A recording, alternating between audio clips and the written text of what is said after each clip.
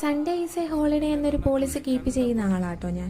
പക്ഷേ തികച്ചും വ്യത്യസ്തമായിട്ട് കഴിഞ്ഞ സൺഡേ എനിക്ക് വർക്കിംഗ് ആയിരുന്നു.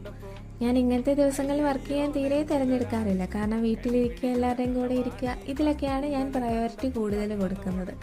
പക്ഷേ ഇന്ന് ഞാൻ വർക്കിന് വന്നപ്പോൾ എൻ്റെ മെയിൻ ടെൻഷൻ എന്താണെന്ന് വെച്ചാൽ എൻ്റെ കൂടെയുള്ള എൻ്റെ ഫ്രണ്ട്സൊന്നും കാണില്ലല്ലോ, ഞാൻ ഒറ്റയ്ക്കായിരിക്കുമല്ലോ എന്നൊരു സംഭവമായിരുന്നു.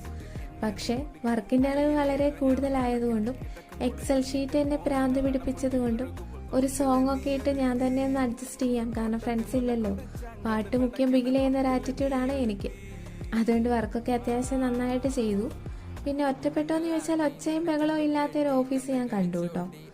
പക്ഷേ കൂടുതലും ഞാൻ ഓർത്തു, ഇത് നൈസാണല്ലോ, എന്നും ആളും ബഹളം ഉള്ളിടത്ത് നിന്നും തികച്ചും വ്യത്യസ്തമായിട്ട് ഇന്ന് വന്നപ്പോൾ കൊള്ളാമെന്നൊരു ഫീലിംഗും എനിക്ക് തോന്നി. എൻ്റെ ഫ്രണ്ട്സിനെ മിസ് ചെയ്തു എന്നുള്ളത് സത്യമാണെങ്കിലും ഏത് സാഹചര്യത്തിലും നമ്മൾ പ്രതീക്ഷിച്ചത്ര